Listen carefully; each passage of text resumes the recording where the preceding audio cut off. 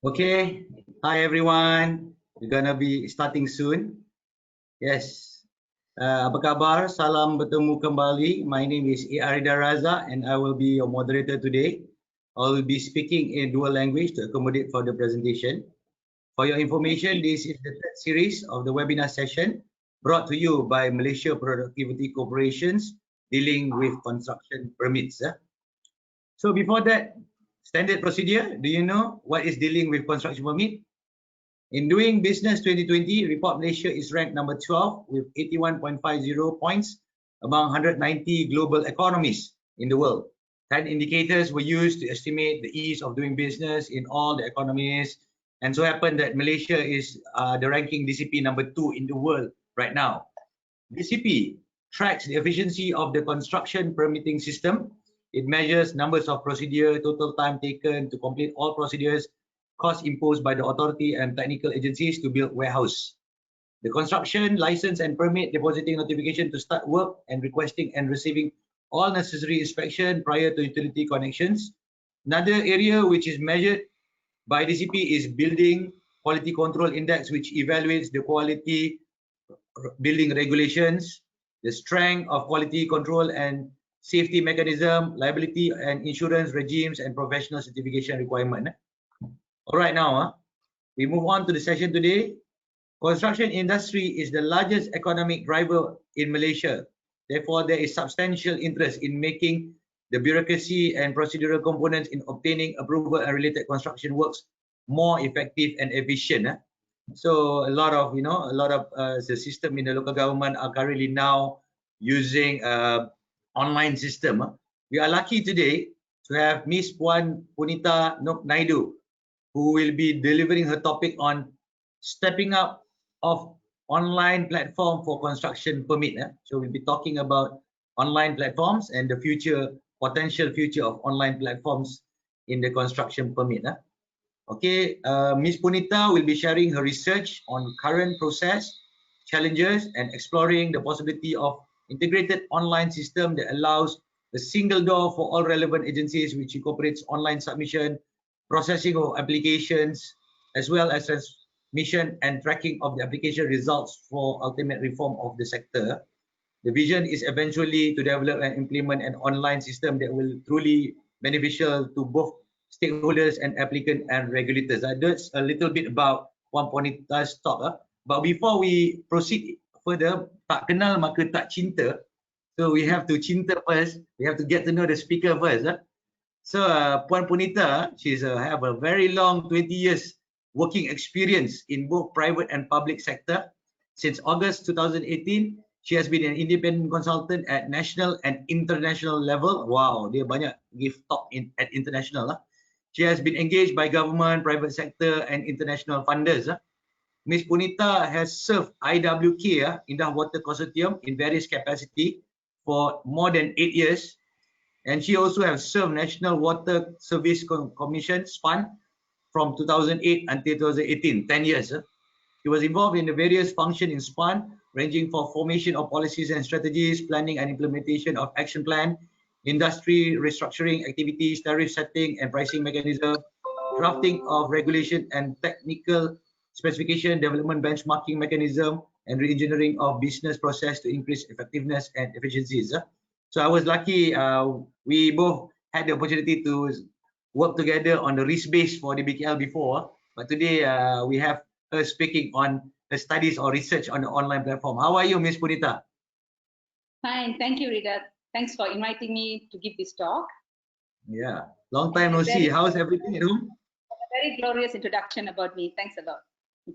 Of course, for your 20 years of experience in IWK and SPAN, and now in your private practice, doing a lot of things, you must be well knowledgeable and very eager to share today. Yes, fingers crossed. Okay, without further ado, I'll pass it to you to start off your presentation. Okay, thank you, Rida. Thank you very much. Just before I start the presentation, just would like to let all of you know, because doing webinar first time for me actually, and I do hope that there's any glitches. For example, if you can hear my puppy barking, please excuse me. I'm sorry for that. and I'll try to make sure that I will deliver this webinar as smoothly as possible. So, okay, let's go into the presentation. The title of my webinar session today is Stepping Up of Online Platform for Construction Permits. And this particular talk will be more in the context of exploratory, because I'm not an expert here. There's many people who are involved in these particular practices of getting necessary approval for construction permits, and there's a lot of challenges they have faced. For some, it's pretty smooth. For some, there are issues. So let us learn and see how we can actually make this particular sector in terms of the applications better. The webinar, this particular session has been broke into 4 parts. What is the planned route? What is being put in place right now? How that is actually getting on the ground? What are the challenges so that we can understand better the gaps, and then we can actually plan to move forward. So these are the 4 contexts that I'll be sharing with you today. Again, as I said, it's not going to be a lecture. I'm a student just like everyone else here. So during this course of the study, I've learned a few issues or improvement that can be put in place. So probably in this particular webinar session, we can actually learn and gain a lot more insight and content on one-stop centers approval processes, as well as the other agencies' approval procedures that has been put in place. This is something that I'm very sure everyone is very familiar of. That means the principal submitting persons or submitting persons, approving agencies, not only local authorities, but every other technical agencies that are involved. This is something that everyone very familiar of. This particular process has been in place for many years, and a lot of improvement has been put in place. When I say a lot of improvement, it's not just on the procedures itself, but in terms of the forms, the content of the forms, involvement of agencies at various levels, and the activity itself when it comes to these procedures that has been put in place. So there are many improvement has been done, I guess, the past 12 or 15 years. Miss Punita, Yeah. Yeah. Previously, the old system was only tackling the initial part, right? Only submissions only, right? Yes. Yes. Before the OSC 3.0. Yeah. Yes. So OSC 3.0 Plus is actually the latest version that has been put in place for the development plan approval stages. So a lot of diagrams that you'll be seeing later is only focusing on B2. For the purpose of this webinar, there's no point going into every single detail, because what are the challenges faced in second process are similar challenges faced in every other processes. So, okay, now let me go into the online part of it. This particular OSC processes, before it goes into 3.0, initially it started on a manual basis. When applicants submit manually all the documents to One-Stop Center, One-Stop Center send these documents to the technical agencies. Technical agencies provide their feedback to One-Stop Center, and then One-Stop Center coordinated the responses, and they will forward it to the applicant. It was working fairly well. Putting aside the effectiveness and efficiency issues or other concerns that normally applicants have in the industry, I put aside that. That's a talk for another day. But the route used for manual OSC process pretty much has been established. It was working relatively well. Because of that, when online modality came on board, that means instead of manually an application being submitted, now moving on from manual process, which is working fine, as how you can see in this particular framework here. From that manual framework, online framework has been put in place. This is a very simple diagram that I can that I came up with to show how every level of the process, like process 2, process 3, process 4, typically looks like in OSC 3.0 online framework, because it has been designed based on the manual process, where the developers submit to OSC, the agencies comes in and then assess the application, the relevant scope of the application, gives the clearance to OSC, issue the letter of clearance to OSC, and OSC forwards it to the developer. And that yellow box repeats until the application gets approved. The moment it gets approved, okay, let me show you. The moment it gets approved, then the developer is expected to submit a manual application to OSC to get it endorsed. So the black line here showing the manual part of it, the purple line is showing the online part of it. Because they have transmitted the manual model into the online. But what actually happened on the ground when the online framework came on board? Every agency began to create their own online system. I'm just using TNB and Ais Selangor as an example. It's not just 2 agencies, there are many agencies. For any application, at least there'll be 6 to 7 agencies involved. There are many agencies involved in approval. It's just that I'm just using these 2 agencies for the namesake. So nothing against these agencies or targeting these agencies, just for a namesake. So beside the developer submitting online to one-stop center, and then these agencies giving that necessary clearance, developers are also expected to submit directly to these agencies because the agencies themselves has an online system. So this is what's going on the ground.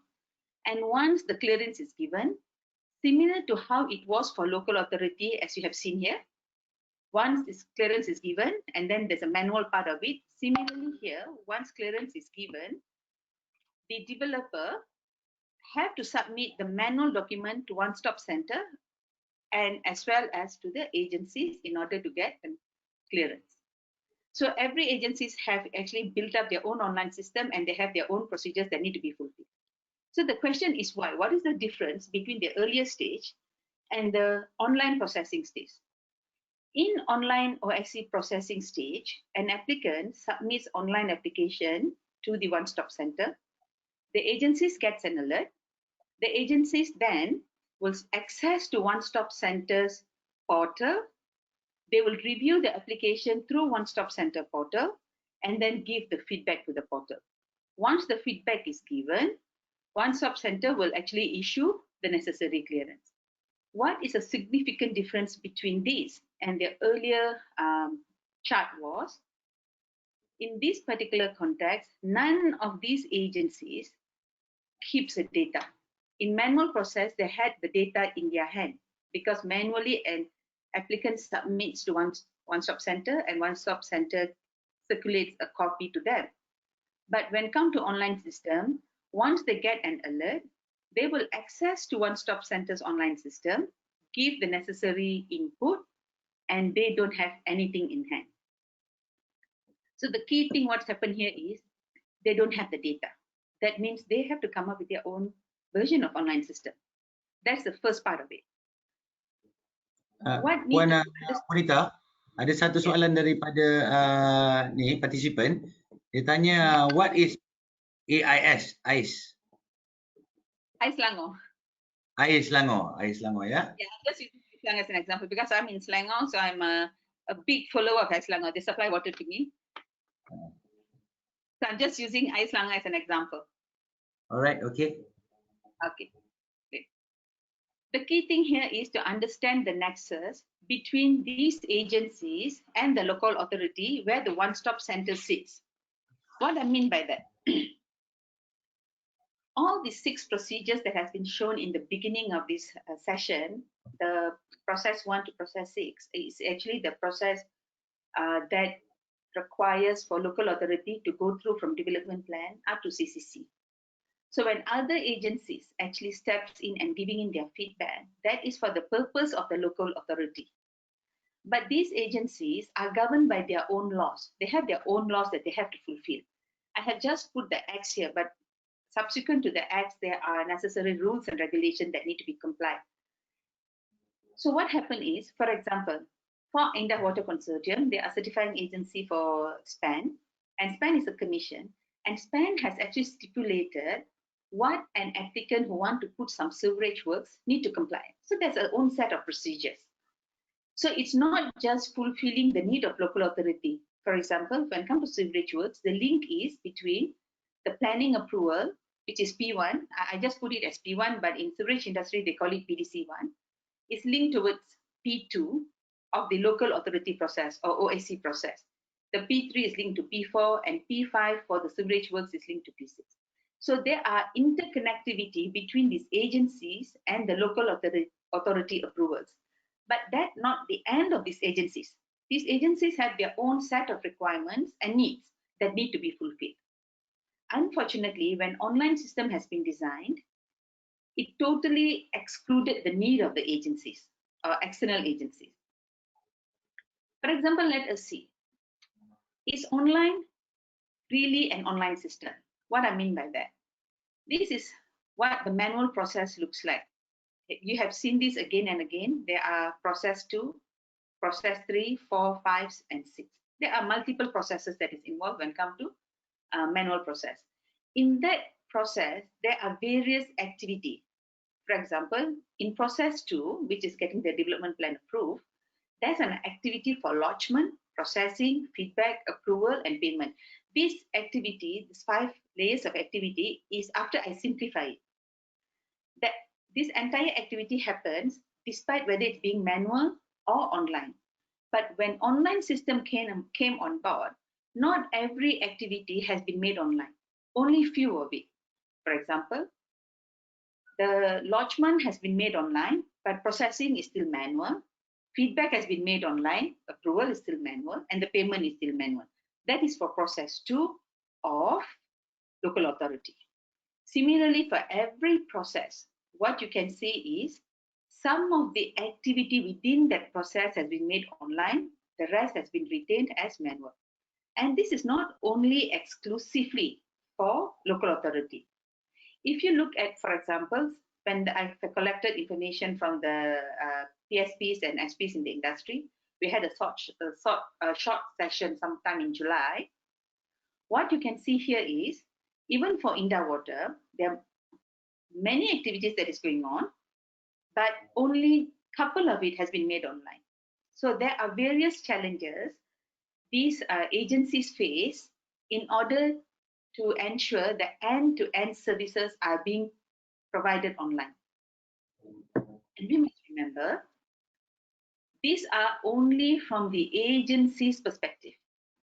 And if you have an applicant, the applicant have to deal, one single applicant have to deal with multiple agencies. I'm only showing 3 as an example.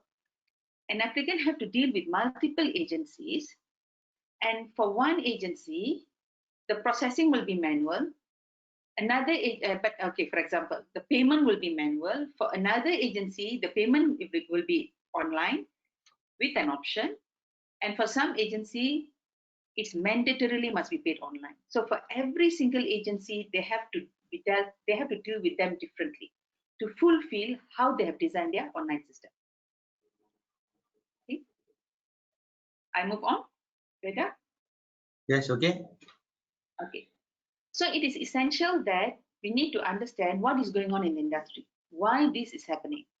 So first and foremost, every single approving agencies or the relevant regulators involved or the relevant ministries need to acknowledge and accept. Fundamentally, this is not something very simple, because when we use a very simple terminology to describe the entire activity, we call lodgement, okay, for example here, we call the act of lodgement, processing, providing approval or feedback and payment is submission. We use a very simple term, it's online submission. And then we expect everything is being done online, but that's not the reality. So we have to acknowledge, fundamentally, the processes are very, very complex and integrate. There's no quick fix. The moment we want a quick fix, then we will end up with, is online really online situation? And whether that is really giving the anticipated outcome for the industry. Second, we have to understand the variables. What are the variables going on in this industry? There are various approving agencies, and every agencies have their own roles and responsibilities that must be acknowledged and built into the system. And every agency codependent or intersect, their responsibility and their needs intersects between each other. For example, the local authority will not give the final clearance of certain processes unless the relevant technical agencies provide their recommendations. Because there is no point giving final clearance to a building when the building do not have water supply, do not have power supply, do not have an access road. So there are actually significant codependence between these agencies. And it's not only on local authority side, even for an agency. What's the point of having a sewage treatment plan, but the property cannot be occupied because of something else? So everyone is actually interdependent. And different multi-layered procedures for every agencies must be acknowledged. For example, we have seen just now, for local authority, at least they have 6 boxes. Indawater has 5, TNB has 4. Water companies has, I think easily about 12 or 13. So various agencies have various multi-layered procedures that need to be recognized, and the management methodology processes of that processes, which is done online, which is done manually, why. So all those things must be understood. Third component that we need to look at is reduce the traffic. What I mean by reducing the traffic, rather than an applicant going into multiple agencies to put in their applications to clear, and all these agencies are not synchronized as of yet. I wouldn't say in a very negative tone, but more like it's a building block. We started with manual, then we went to dual working condition, manual and online. Now I'm talking about moving totally online. So I do not want this to be seen in a negative concept, as if whatever being put in place is not good, but whatever being put in place, there are things that we can learn and move forward. So with when applicant coming in through one single window, this traffic can be reduced. That means there is no need for them to look into multiple online system based on the agencies that they have developed it. Next so from your experience, Ms. Punita, from your experience, like dealing, because you were in SPAN and IWK, so the system in PBT is different from the system in technical agencies? Yes, the systems is different. The requirements are different. What they want is different, because local authority want focus on certain scope.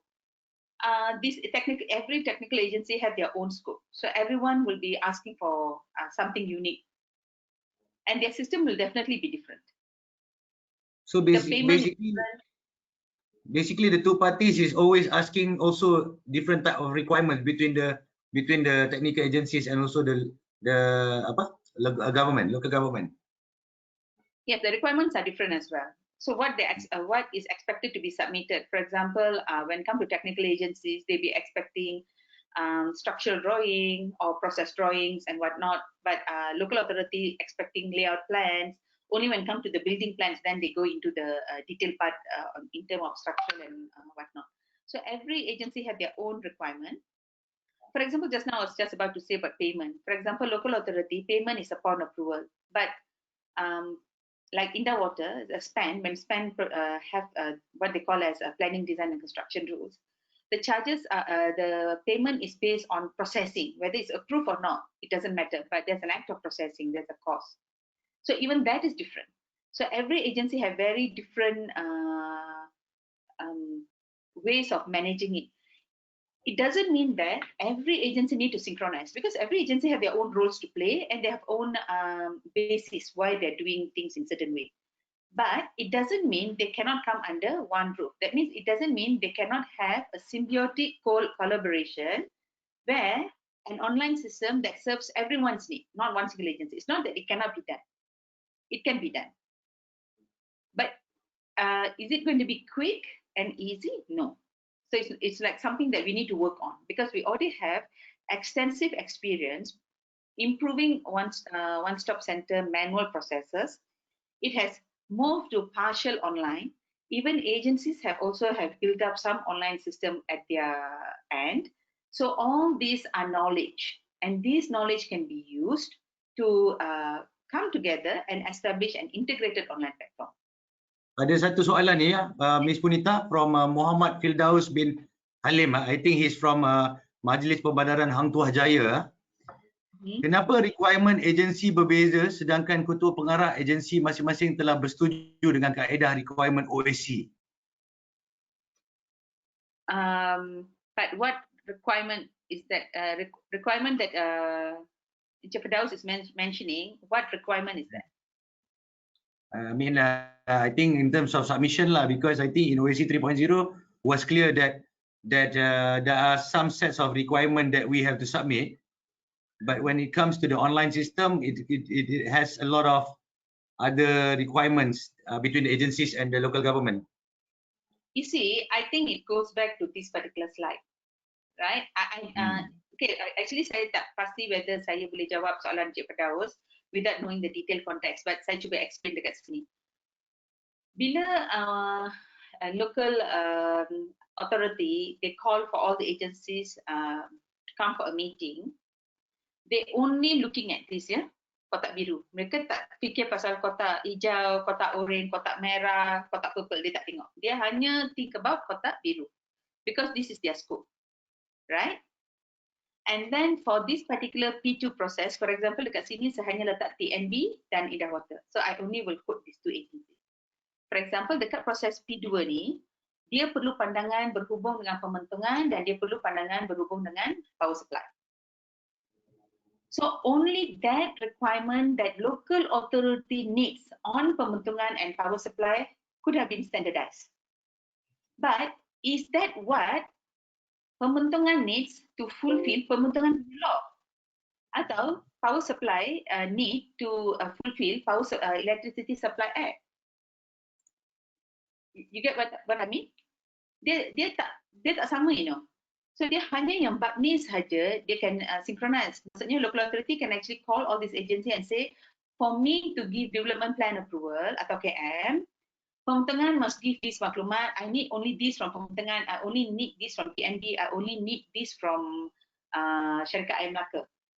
That's about it. Tapi all the syarikat or all these agencies are reporting to their own commissions or own regulatory bodies that requires other things yang mereka still kena fulfill.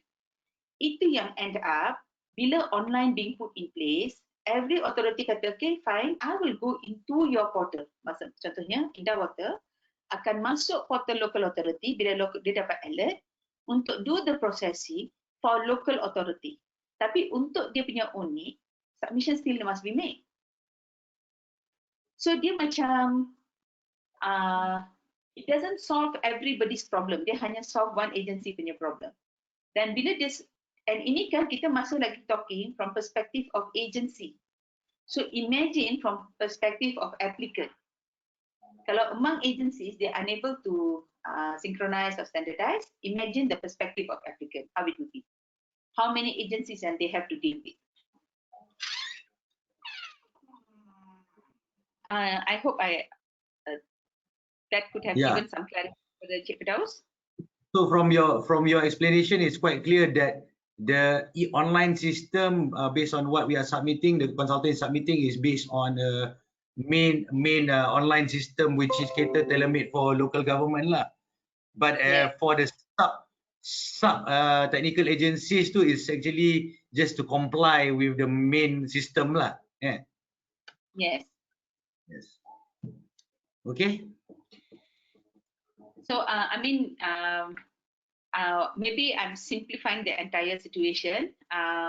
Maybe I didn't answer fully what Encik Firdaus wants, but maybe if later in the end he can give me the actual situation, I can respond better. But at the same time, it could be a total different issue that we left unexplored. Maybe I didn't find that in part of my study.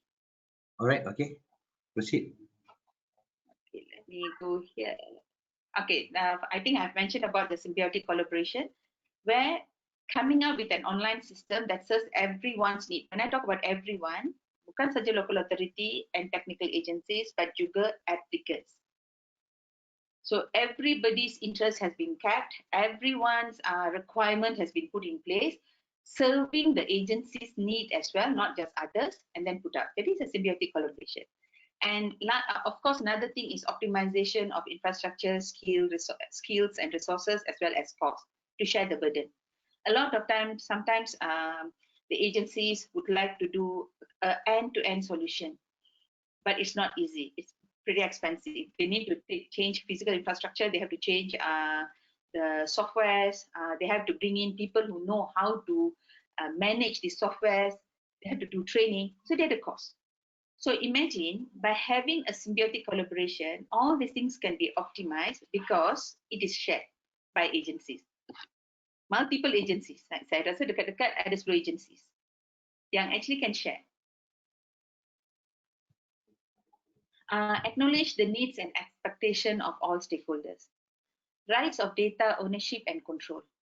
Like what happened when come to the current OSC 3.0 online system when others are accessing is, they are accessing to a portal and a data platform that is sitting dengan OSC, and then they are putting up their feedback and they are walking out from it. So when they walk out, they literally walk out with nothing. They don't own the data, they don't control the data, they don't have access or use of the data. They have nothing. That means they create their own channel. Okay, of course it becomes a nuisance, so they create an own channel. So with this channel, they can control and own the data. So this is what's happening, one of the components. Therefore, when we come up with a system yang integrated, rights of data ownership and control must be clearly defined. Uninterrupted access and use of data must be allowed. That means bukan macam TNB punya data, somebody else access. Tapi what are the data can be shared and what are the data need not be shared. Itu semua kita kena actually identify. And high confidence level and reliable safety and security features must be put in place. Kadang-kadang this is another challenge. For some agencies, some of the information are actually have significant security measures they put in place supaya data tak breach. So the system that they put in place kena ada all these elements. And enforceability. Does the system yang kita design online is actually enforceable or not based on the laws that is existingly being used? Sepemahaman saya, what is being done online is more kepada convenience untuk mempermudahkan someone. In this case, the agency, bukan applicant, untuk mempermudahkan agency. Tapi saya rasa ini saya punya andaian. Dia tak boleh di-enforce. Pasal dia tak boleh di-enforce, that's why bila dia decide untuk approve, dia suruh submit manual juga. Still have to submit manual application because current laws doesn't allow or do not have sufficient enforceability powers when it comes to electronic documents. Effective consultation. Based on my study, the applicant community feel they have been totally left out from the design and development of any online system. Jadi ini bukan one-stop center saja. Any online system. Sama ada power supply or sewerage or water, everyone, applicant community has been left out. So when applicant community has been left out, a system has been designed is only useful for the designer, not for the applicant. Measuring true value to avoid counterproductive initiative. As long as this particular online system yang has a lot of cost, a lot of time has been spent being put in place, tapi kalau dia tak bring productivity or efficiency, that means it's counterproductive to even do these initiatives. Kadang-kadang dengan andaian this is an online system, sebab dia tak ada proper cost benefit analysis, dia diandaikan because it's online, it's faster, it's better. But we have to find a way to measure the true value of that outcome. The second last will be on utilizing all features of online system. Contohnya, right? Contohnya Microsoft Excel. How many of us know all the features of Microsoft Excel and using it? Similarly, in this online system, what I found out was there are plenty of features, but people do not know how to use these features. So end up, walaupun application comes in online, they will print it on a paper and do the processing. They do the commands or approval, everything they do manual before loading it up again. I remember one of these industry players that I have interviewed said that they found there's an age gap. Generally, those who less than 40 years old tend to be a bit more alert and fast in learning about online system. And people who hit 40 and above tend to be not very quick in learning all these features. And right now, it's more like people are learning by experience. Dia tak ada specific approach or strategic approach in teaching them. The design of a system must be based on good governance and transparency. Maksudnya, the stakeholders should be able to access. Take an open loop system. That's the best way to measure the performance. Bila stakeholder can access the system and dia tahu dekat mana application dia is currently at and how far is it to go before he get his clearance. So the easiest way to make it is make it an open loop system. Okay. It's very easy for me to say all these things, but what I notice is every agencies dia sebenarnya giving this approval is not the only purpose why an agency exists. Local authority, SPAN, Suruhanjaya Tenaga, JKR, JPS, all these agencies sebenarnya dia ada their own functions and role why they even exist. That means there need to be a drive from the government to make it a national agenda to drive this integrated online platform. And part of the national agenda is committing to give end-to-end solution. Bukan separuh, end-to-end solution. It may take 3 years, it may take 5 years. We need to have a neutral independent agency yang take up this driver role, and this agency must have the technical capabilities and resources. Dan dia kena objektif, agency ni kena objektif. It's very difficult to expect satu agency yang ada vested interest to do something for everyone else. It doesn't make sense. And this agency must be supported by other agencies yang boleh bridge the gap of what the stakeholder punya interests are. Bukan sekadar from the government angle, but also from the industry players, from the developers, consultants, architects, and whatnot. Oh, sorry. This integrated system must be. Who do you think, Ms. Punita, would be the best driver to lead this? I mean, it's supposed to be KPKT, kan? Ini is what I was thinking.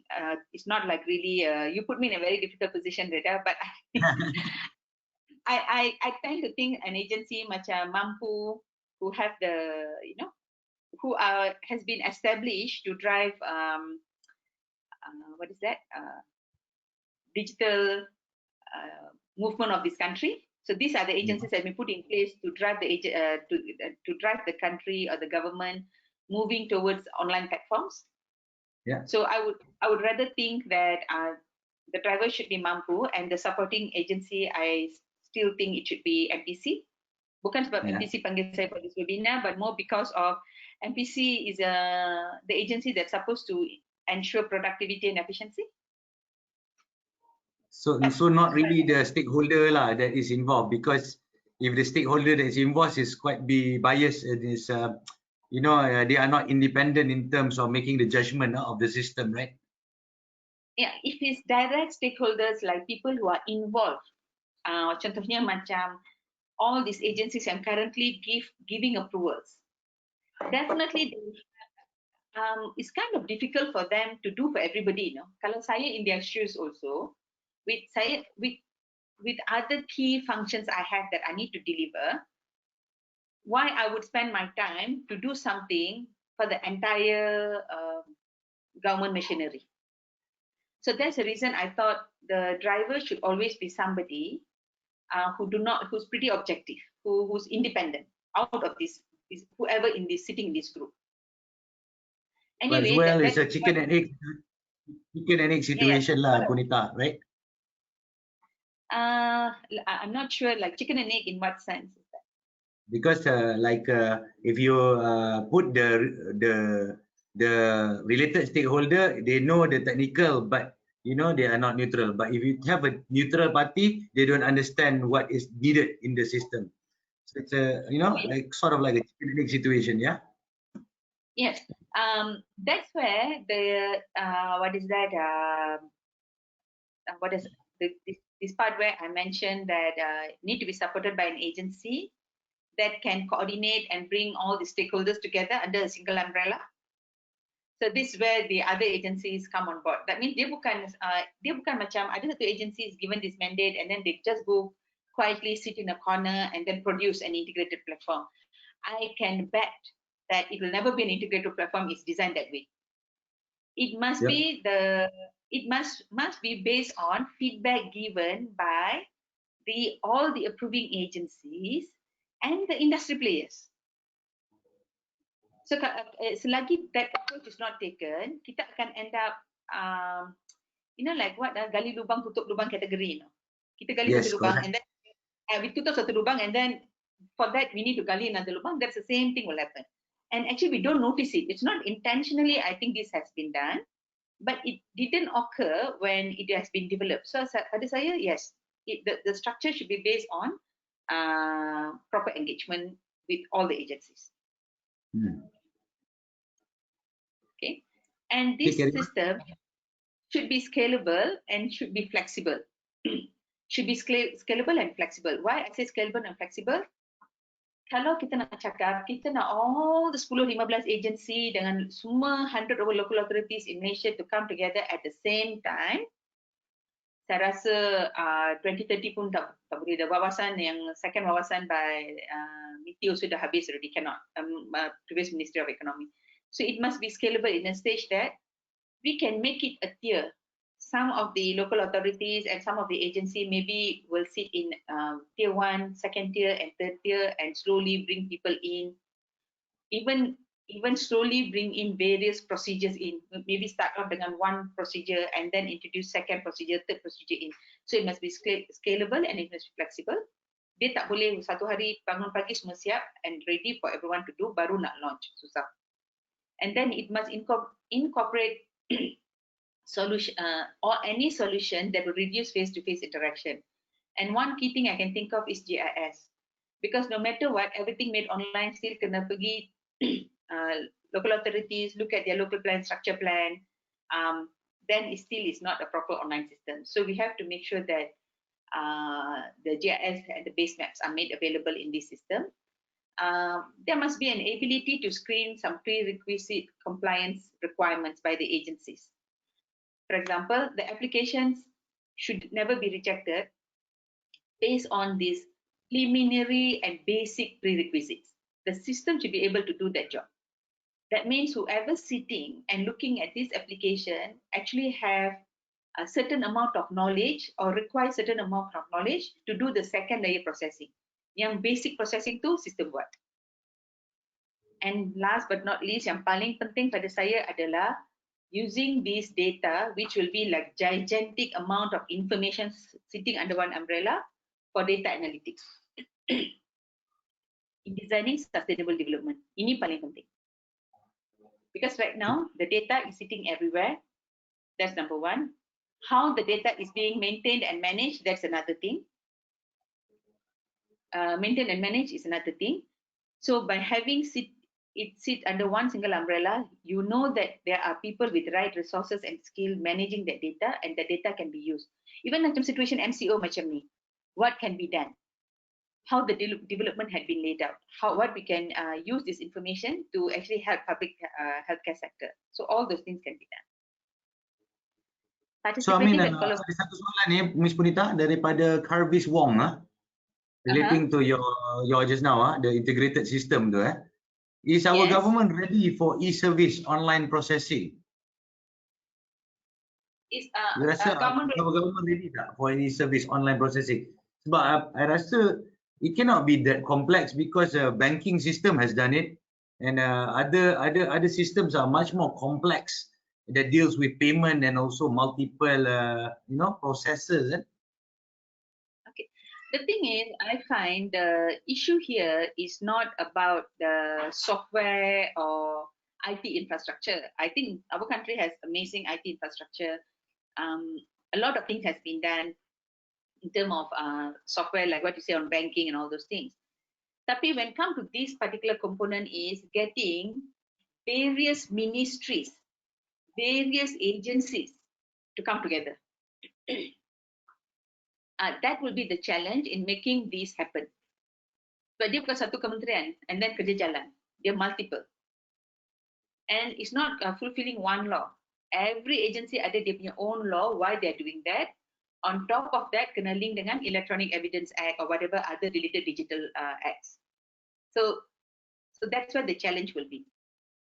That's why earlier I said it must be a national agenda. Kalau government nak and they mandate, they give some an agency dekat di bawah Jabatan Perdana Menteri to oversee this, yes, I think it can happen.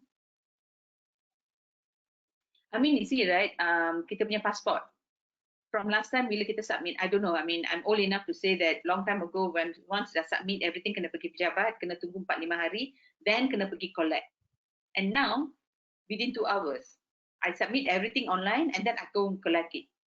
So if that can be done, and that one we're talking about security, hantar people keluar, allowing people to go out of the country, kan yang ni tak boleh. Can, but need to get all these ministries to work together. Okay. Okay. Participative and collaborative, I won't cover this because I have mentioned that earlier. But the legal framework, there is an important need to establish a proper institutional and regulatory framework that all the approving agencies need to have. So agencies kena kaji. Can I or can I not? What is stopping me? So what I can do? Do I need to amend the act, or the act is sufficient? I have to do something else. So yang ni kena this framework, every agency kena masing-masing kena look at, because right now it's not done, not by anybody. And it not only complies kepada regulatory requirement of the agencies, just now I have said this, it also must comply kepada electronic and digital evidence act that is currently being used in the country. Sebab sekarang online system, as I mentioned earlier, it's based on convenience. Oh, daripada hantar paper and people driving kepada pejabat, parking, naik tangga, tunggu 5, 10, 20 minit and then put in submission. No, I just duduk dekat my meja and then I submit online. Yeah, it's just convenient, yeah. But whether it complies to the law, can it be used in the court if there is a problem? So that is something that really need to be looked at. And if the laws need to be amended, it should be amended. I mean, let's not use law as an excuse of not moving forward. If the law is the one stopping us from moving forward, I think the law should be amended. Okay. From your experience, ada tak yang law yang actually, I mean, there is a barrier to this besides online submission, not in the UBBL lah?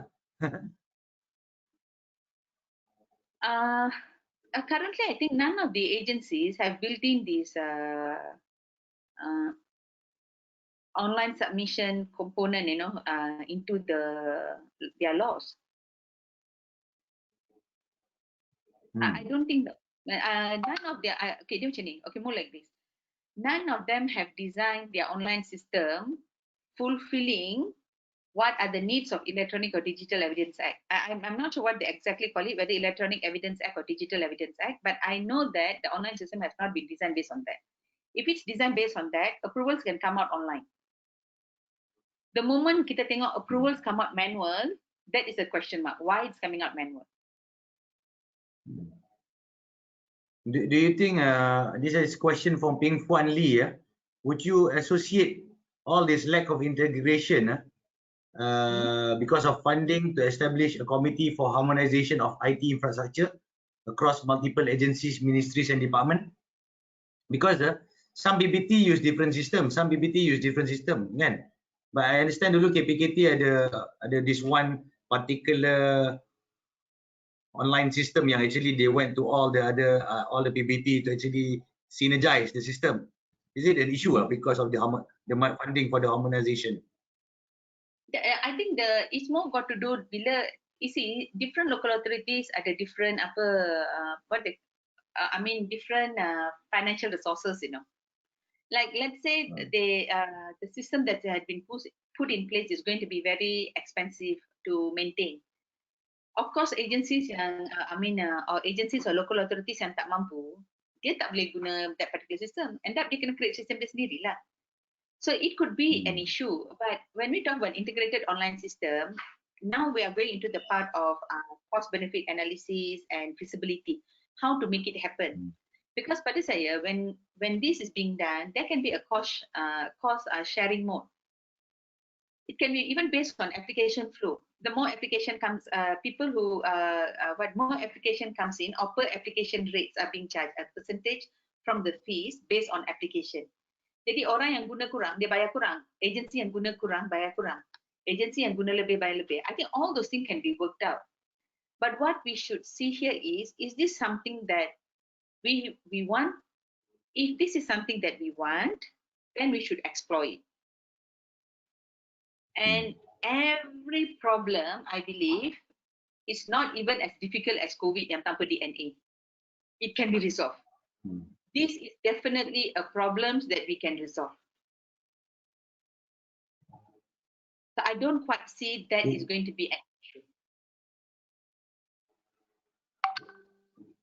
Okay. Tapi for this COVID ni, a lot of PBT pun nobody actually anticipated for the online system to actually can cater for this pandemic, right? Yes, yes. I think when it comes to specifically on this particular, this one I would rather, let's say we don't even talk about MCO. We talk about work from home.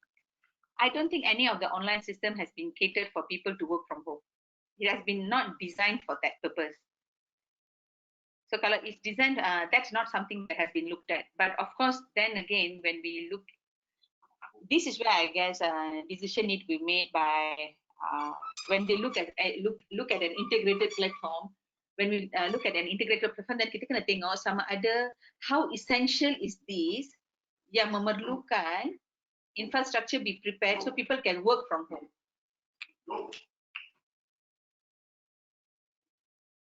That's correct lah, because currently the online system that is designed is actually to work in collaboration in the office, not at home. Yes. So yes. it's a little bit difficult in terms of work during this MCO, kan? For yes. the majlis. Okay. Okay. All right, proceed. This is eventually I envision an online system or an integrated system, something like this: a system that has one single window for OSC and every agency.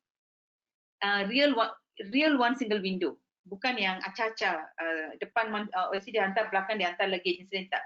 One single window, and it functions like a hybrid co-working space. Just that this co-work space is in a virtual concept, where everyone share the main platform with the limited data. Everyone shares that. But every agency have autonomous control of certain information, and agencies come together to maximize and leverage on data analytics. That is information that has been gathered by all these agencies. And eventually, a system that gives end-to-end services, daripada development plan sampai CCC, everything in between is done actually online, and it has a transparent performance monitoring, status tracking by the industry. As I would say something macam how it's being done untuk COVID sekarang. Any one of us yang subscribe kepada Telegram channel Majlis Keselamatan Negara atau CPRC, we get this right all the time. Every day we get this. Yeah. Only done by one single person. So kalau us in this construction industry, kita ada multiple agencies, country all work together. Isn't it even better? Because all of us have so many resources that can be pulled up to produce this kind of analytics, simple analytics macam ni. Tapi untuk construction industry, to create sustainable development, I think it's possible. But the thing is how far we want to take this thing up. That is the situation. Maybe we should give to the Ministry of Health to run the system. But then output may be different. To harmonize the system. But I know that even the hospitals also have their own challenge in terms of integrating information between them, kan? Yes, exactly. No, I believe, right? I don't think the hospitals have an integrated online system. I could be wrong. Maybe someone if somebody here from this particular industry who can share. I believe all this data is actually collected manually. Okay, we don't consider Excel spreadsheet online. Yeah, Excel spreadsheet pun manual. Online is when it's actually everything done via web portals and things like that. Tetapi kan, do we want to be pushed to a situation macam ni in construction industry before we move forward? Right now we are in a position where we have a very clear mind. We are not pressured, we are not under stress, we are not frontliners. We have the capability, kita ada a lot of experience under OIC Online, and many agencies have done their own online system. There's plenty of experience to go around. And we have a lot of industry players who like to participate and give feedback. Even in my short study, I got support from many players in the industry. So we are in a position where we can do preventive tau. Kita jangan buat reactive. Reactive means tiba-tiba World Bank kata you punya bukan online, you have to go full online. So what we're going to do? Come up with something within 6 months? Can that happen? And you think if that happens, do you think that system actually works? So I believe that kita kena design lah kita punya perjalanan. Jangan sampai orang push kita baru kita nak do something about it. Yep. Okay. So I think that's the last slide. So with this I end my presentation. I do not know whether I'm within time or too early. Kita ada banyak masa lagi untuk soal jawab. Ada banyak soalan ni.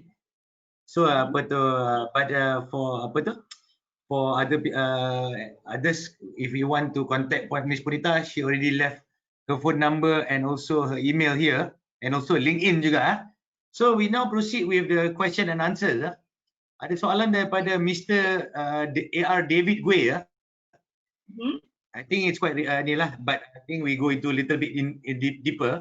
In times like MCO, permohonan rasmi with hard copies cannot be done at majlis or authorities counter. Can all the submission be processed online instead of relying on hard copies for it to be processed? Some of the OAC just check online if the documents are submitted, but processing of drawings are still manually done by the authorities. So if time like MCO submission, all cannot be done since the authorities need hard copies for the office to process the plan. So I mean, macam mana tu, Miss Punita? I think I heard that some of the authorities they accept for submissions kan, but only for certain particular item kan. I'm not sure about that, but I do know that some of the there's some circulars has been issued out, right? Yes. Saying that the submission is being accepted. Okay, the thing is, actually the question was pretty long. I hope my response actually answers that question. What I would say is, bila kita tengok the submissions, yes, the act of transmitting the submission berlaku. Dia akan masuk ke portal OSC. Tapi once dia masuk portal OSC, agencies akan dapat alert. Tapi that departments in that agencies yang actually do this processing or the pegawai, is it considered essential services? Are they allowed to go kepada pejabat to even do the processing? Sebab as I said, this infrastructure is not designed for people to work from home. So how that can happen? Jadi saya rasa dia bukan isu in this particular context. I would say it's not the issue of online application or the issue of construction industry or whatever not. This is the decision that is made by Majlis Keselamatan Negara. What they determine which industry can operate. Then if they decide that these approvals are actually essential, then pegawai kena pergi pejabat lah to do the work, to do the necessary work. Itulah, it's not to looking at the situation now, it's not really essential, but I mean, people want it to be essential. That's what we hope, but it's not necessary. It's not really essential for now, lah. The way the things are actually looking at, right? I mean, maybe I'm trying to make it very simplistic, but I would rather I agree with you. I will think that it's not essential because even if you get an approval, you can't go out and do any construction work, right? Except for the limited sectors or categories that has been allowed. So what is the purpose of actually getting that approval? Funny that you say that, Punita. I actually talked to a few pengarah OAC. They also mentioned the same thing. Even if you get the approval, also you cannot really start doing work, kan? But then again, it's a wasted time because we can do pre-consultation. At the start, and then we can actually do the initial part of the drawings, so that we can submit, and by the time it's open MCO, then we can actually proceed to do other things. Yes, that's the thing. So, but anyway, as I said, I could be simplifying a complex problem But from what I'm getting in while trapped at home right now is, I don't think the infrastructure has been designed for that. Because the infrastructure is not designed for that, that means people have to go and access to these servers or the information from their offices. And if they want to go to the office, is it even recognized? Are they even recognized as essential? Macam banking sector, saya tahu benda tu essential. Tapi yang lain. And so I guess that for that particular thing, only that I can comment. Other than that, is a bit beyond my knowledge or expertise. Yeah. So I mean, like if let's say lah, the local government, because local government is different sizes. You see lah, the sizes of application in the DBKL is bigger, but the sizes of submission in maybe some majlis daerah is very small. They get one submission already, they happy. Yes, this month we have submission, kan? So but their income also very low, eh? So I mean, what is actually the steps that maybe probably if a majlis wants to start with work from home punya direction for this MCO, what is the best direction?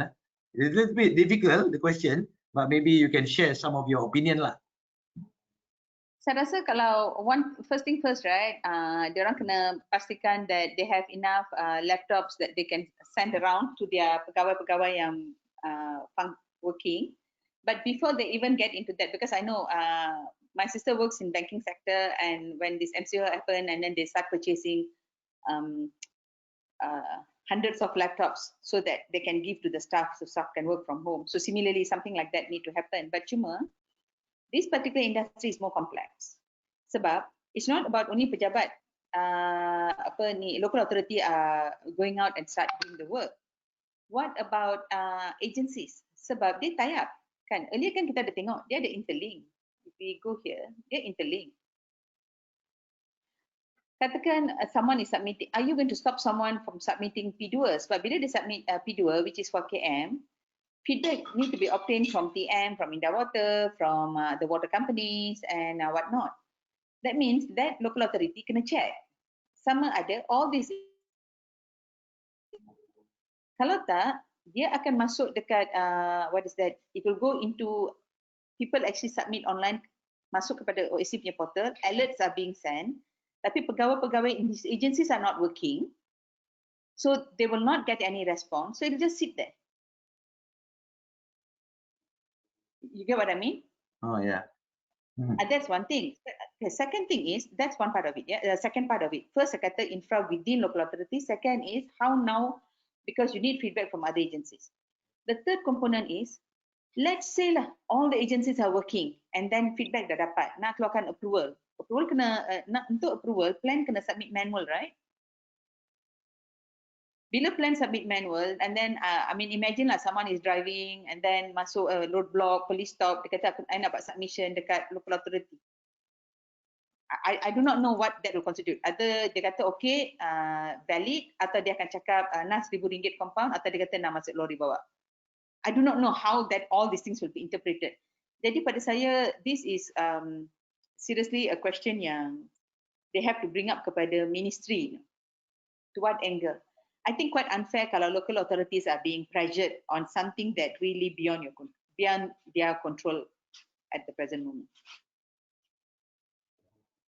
Yeah, I mean like the submissions tu pun, there's a lot of requirements kan daripada every single area, from the local authorities requirements to the internal department, from the technical agencies.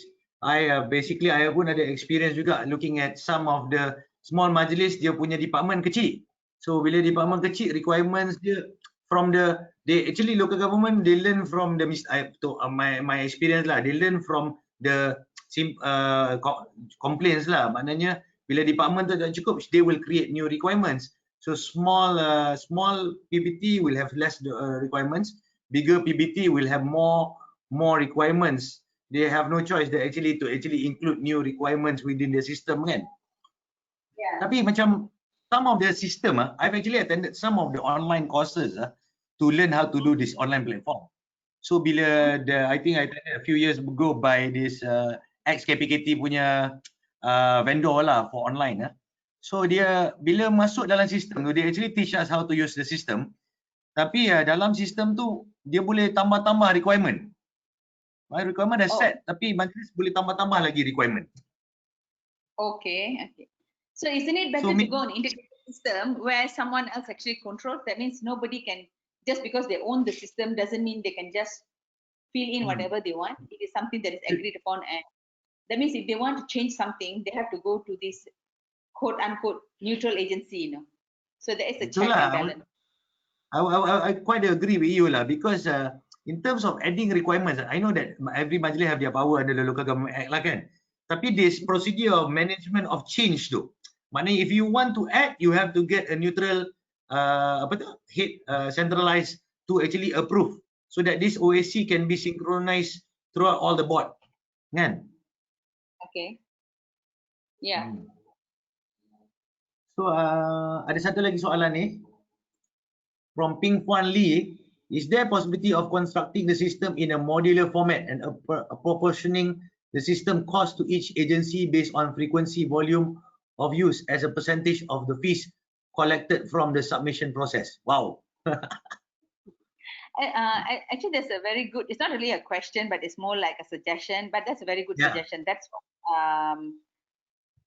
what I had in mind. I mean, there's other part of the study where we put up some recommendation, but what we said was any system can be made modular, right? It's I mean, this kind of softwares can be designed to be done in modular, which I think that's a better way, so that it can, the moment the first module is completed, they can actually roll out, and then slowly they can bring other agencies on board. They can bring various levels of procedures being built in. And I also think at the same time that just because there's an online infrastructure doesn't mean the industry should be impose additional charges, because when things are done properly, online system should give benefit kepada agency. In terms of, even filing system dia akan jadi kurang, so they can use that particular area for something else, and then the need for printers, all those things sepatutnya kena kurang. Jadi there's a cost saving. So number two, pada saya, whatever processing fee being imposed now shouldn't increase because of the online system. And number tiga, I actually agree. The payment is apportionment. The maintenance of the system should be apportioned from the processing fee. So what is that apportionment? That is something need to be worked out. Ini ada satu soalan yang nak sama. Ada satu soalan tapi I tak nak namakan dia lah. I call him anonymous lah. Okay. Sebab it's a social question. I agree 150% on online submission and digital document. The biggest hurdle is the old school bosses who do not trust the digital media. So we have to look at the percentage of the people using digital banking and online shopping. There are still people who withdraw money from ATM and take out money to cash deposit machine. So macam, what's your opinion macam ni? It's actually a problem all cross cutting from all industry lah. How do we actually change the mindset of the the people so that it's cross cutting, everyone can actually accept this digital? Sebab sekarang pun all the seniors also already accept the use of webinar to learn. Normally, I think when human being punya this thing is, when you're pushed to a corner, then they will always find a way out in managing things. Tapi okay, before we go to that, right? I did mention national agenda. When something becomes national agenda, it's not about whether the top person in the particular agencies are comfortable or not.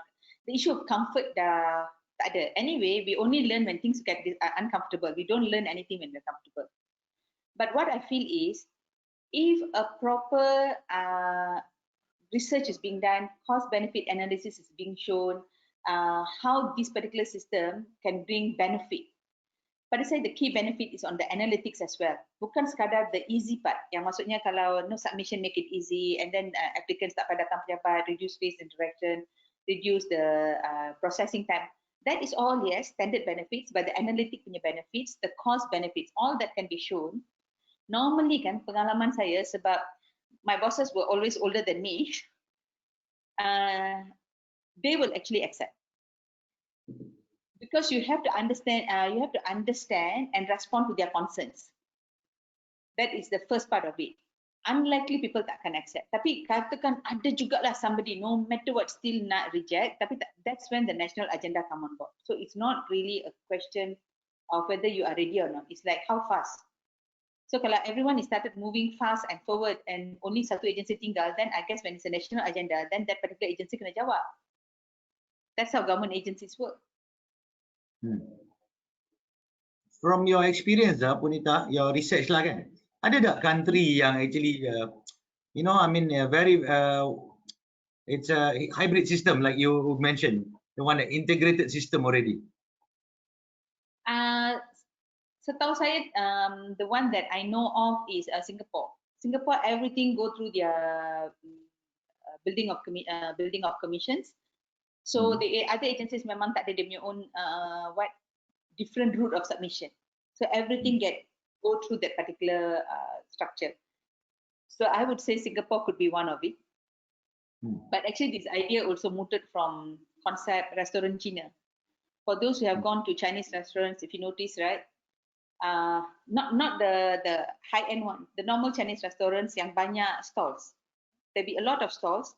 So the whatever items within that stall, pinggan, mangkuk, sudu, garpu, the makanan belong to the stall owner. Tapi the entire restaurant, normally the IA is controlled by the restaurant owner. So this is what an analogy I can put up for this particular integrated data platform. Where yes, there is one big platform, one big restaurant where one person is actually controlling it. But there are sub-platforms where people are coming in. For example, TNB sitting in, India Water, Majari, water companies are all sitting in, right? So they control their own platform within that main platform. And from what I can, it's not exactly the same as what's happening in Singapore, tapi something similar to that. They do have that. But of course, yeah, Singapore, the whole Singapore is, dia bukannya ada 2-3 negeri within satu negara. Yeah, I know that, I understand that. Dia satu, the negara is also the negeri, is also the daerah. So it's all combined into one. But we do have this, something that we can figure out how we can do this. Ada ni apa, Miss Ping Puan ada recommendation. There's also existing digital signature tools with encryption capabilities. Those are already in use in certain agencies by MSC Trustgate or something. So that one also can use in the online system as a tool. Yes, Tapi yes. going back to the online system, because you mentioned about data analytics. I mean, from your studies lah kan, because there's a lot of influx of data coming in terms of submission of online kan. Whether what do you think? I mean, what are the data possibility used by the local government, not really for actually development, but actually in terms of, you know, the importance of developing and you know the area of the local government. Because I mean, there's a lot of things that, I mean, like the building is submitted, you know that the building is on the way, you know, process and then the numbers of people involved. That one, actually, like when I refer to analytics, right, it goes beyond that, Rida. What I mean is, yeah, that is probably the first layer of analytics, the simple one. More like can give status report, like how just now we saw the COVID chart. Like for this particular district, there are 100 new applications coming on board. And let's say within that 100, 70% is actually mixed development. That means can anticipate a lot of businesses will come in, not just residential or housing kind of development. And then how many is actually slowed down or didn't submit or went quiet, halfway construction went quiet. So those are the beginning part. And then how many get processed. Bila masuk, how many get processed within the level of service. And how many of it, what's the frequency of an application comes in. Sebelum dia keluar. Katakan dalam proses P2 kan, how many times dia masuk P2 sebelum dia keluar P2. So all those things will give a lot of information to improve technical guidelines, to build up competency of the approvers and also industries. and then to look at how the procedures is currently working. So that's one part of it. Second part of more, I feel like significant component when it comes to data analytics bit of it is right. When a certain type of development coming on board in certain local authority, so now the data is there. How does this impact the environment? Whether the waste management system that has been designed for this particular zones or city, is it sufficient? What are the river conditions, the total maximum daily load that can be expected for that particular river situation? So they go beyond that. It's not just and then how it can be linked up, especially for local authority, dia boleh link up dengan other system dia yang lain, yang they issue like what is that, the cukai tanah and all those things, right? So they can actually link up one thing with the other, and then with that we can do data analytics yang kita boleh link up dengan SDGs, sustainable relevant, not all SDGs, not all the 17 SDGs, but relevant SDGs. From this, then the local authority or the agency can decide. Contohnya, oh, this particular area, this kind of development dah banyak, so have this kind of impact. So now the requirement for new development coming on board for certain, contohnya lah, I give you, my favorite is always on Pementungan. This particular area, a lot of people are moving in. The kind of development that coming on board, that means high population is moving in. When high population is moving in, a lot of sewage going to be generated, but the river stretch there, is pretty much up to its neck, can't take any more flow. That means for the new development come on board, what are the requirements that can be imposed to reduce the impact on that particular river? So this is how the information can be used. That the information will be valuable. And information yang kita boleh share dengan public. When people ask what is happening, they know why this is being imposed or what is being done. So I'm talking about funny that you mentioned about big data lah tadi, apa tu, Punita, because we are always looking at the submission of the buildings and so the master planning as the physical only, but we don't plan apa tu, we don't plan it as a social master planning, kan? We don't connect it to social, because in Japan they already starting to do the driverless city, Toyota driverless city, all those combining physical master planning, social master planning, digital SDGs, and also BIM analytics also they are putting inside as part of the whole ecosystem of development with the big data. But I guess it's quite still far from our country to move forward to that level. Yes, I mean, I wouldn't think in a way yang it's not that we can't. Yeah, definitely we can. It's just that a lot of time when things actually move ahead, when the top machinery take it as a national agenda, then a lot of things can actually move. But right now what's happened is a lot of these initiatives are done at operating level. Dia bukan macam top down. It's very operating level, like when people are doing this work, and then why actually a lot of changes in one-stop center was one-stop center procedures and agency procedures was done. It was only since 2012 a lot of changes has been put in place because of the ease of doing business ranking, right? So that's how the changes have come in. So it's not really like top down. Dia banyak on working level punya operating level officers or civil servants that has started thinking about it and do something. Tapi sekarang, why I said yang the need for the thing to be a national agenda is we are not talking about one ministry. Kalau kita tengok dekat sini, local authority is Suruhanjaya Tenaga. Sorry, the kementerian I tak berapa ingat. Local authority is local government and dotted line kepada KPKT and another dotted line kepada state. Indah Water is a SPAN, which is under the Ministry of KATS, I guess, or I got it right or not, I'm not sure. CASA, yeah, under CASA. So there are multiple ministries we're talking here, It's not just one single ministry. So when we want different ministries to come together for this particular agenda, kita kena tunjuk the value. What is the value of like 4 or 5 ministers want to come and sit and have this top council to push this? What is the value? So for me, I go back to the value is beyond making things fast, beyond productivity. That is for the operations of the industry. But this information, how it can be used in terms of the analytics. Yep. Okay, apa ni, Miss Punita? I think there's a. Can you move to your slide yang ada your email tu. I think that's about it for today. I think you already answered a lot of questions relating to this. But for the participant, if you have more questions for Miss Punita, you can either WhatsApp her or email her or message her on LinkedIn. Thank you very much, Miss Punita, for accepting our call for us inviting you to give a talk.